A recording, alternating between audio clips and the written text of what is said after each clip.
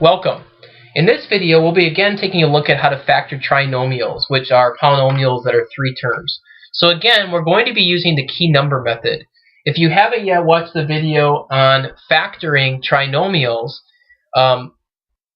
which was my kind of introductory video to this process, go back and watch that before you do this one, because I'm going to be using essentially the same steps. So, the first step for factoring a three-term expression, and again, what motivates me to use the key number method is just the number of terms that I have.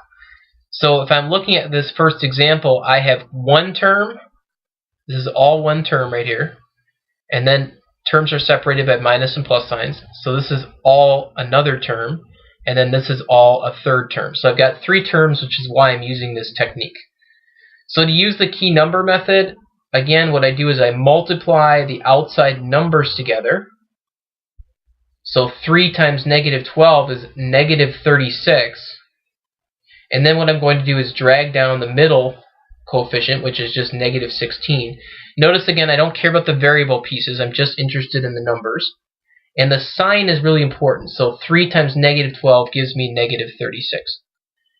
Okay, so now I have to find those key numbers. So I'm looking for two numbers that multiply together to give me 36, but at the same time they have to add together to give me negative 16. So if you're not sure at this point, do a little bit of brainstorming. So what I do is I take the negative 36 and I just think of numbers that multiply together to be negative 36. So for example, negative 9 times 4. But if I add those together, that definitely doesn't give me the number I want to get. So if we went through the possibilities, I think one of the ones you'd come across is negative 18 times 2. And if I multiply those two together, I definitely get the negative 36. And if I add them together, I get the negative 16 that I want. So that just tells me that my key numbers are negative 18 and 2. Okay, so what that tells me then is how to break up the middle term. So I've got 3w squared minus 16wx minus 12x to the second. And now what I'm going to do is take that middle term and break it up using my key numbers. So I'm going to write that as negative 18wx plus 2wx. Okay, if I add negative 18wx and 2wx, what do I end up with? Well, I better end up with what I started with. So that brings me to another point. When you're breaking up this middle term, if you're starting with wx's, then you should be breaking up into wx's.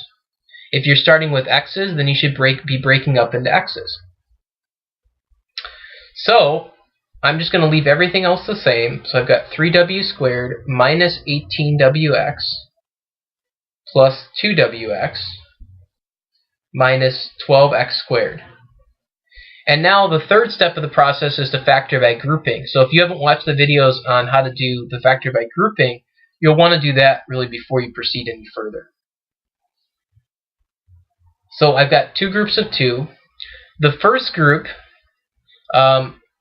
I see that I can actually factor out a 3 and a w. So their greatest common factor is 3w. If I factor a 3w out of the first term, a w is left. If I factor a 3w out of the second term, 6x is left. And then the second group, it looks like I can factor out a 2x. So if I factor a 2x out of the first term, it looks like a w is left.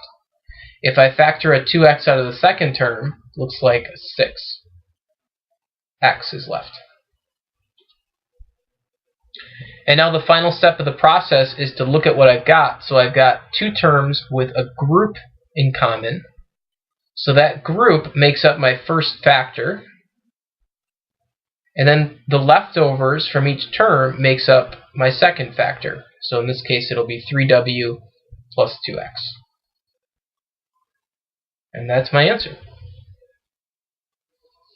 If we check the answer, W times 3W is 3W squared. W times 2x is plus 2xW. Negative 6x times positive 3W is negative 18W or xW. And then negative 6x times positive 2x is negative 12x squared. And so if I put the like terms together, 2xW and negative 18xW, that gives me negative 16, and I could either write that as xW or wx minus 12x squared, and that's exactly what I started with in this problem. So that means my factoring didn't change anything, hence it's correct. Okay, I want you to try number 2, pause the video, and then restart after you've given it a try.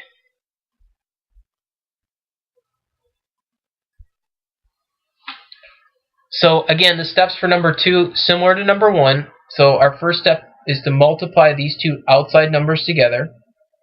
3 times negative 24 is negative 72. Drag down the middle term. So we're thinking of two numbers that multiply together to be negative 72, but at the same time they have to add together to be 14. Well, if they're going to multiply together to be a negative number, then I know that one of the numbers has to be negative and one of them has to be positive. So I think 18 times negative 4 is going to do the trick. That'll give me the negative 72 product, and then 18 plus negative 4 gives me 14. So my key numbers are 18 and negative 4. So if I use that to my advantage, I'll have 3x squared plus 14xy minus 24y squared. And now I can break up this middle term into 18xy minus 4xy. Again, if I start with xy's, I'm breaking up into xy's. And I'm going to leave everything else the same.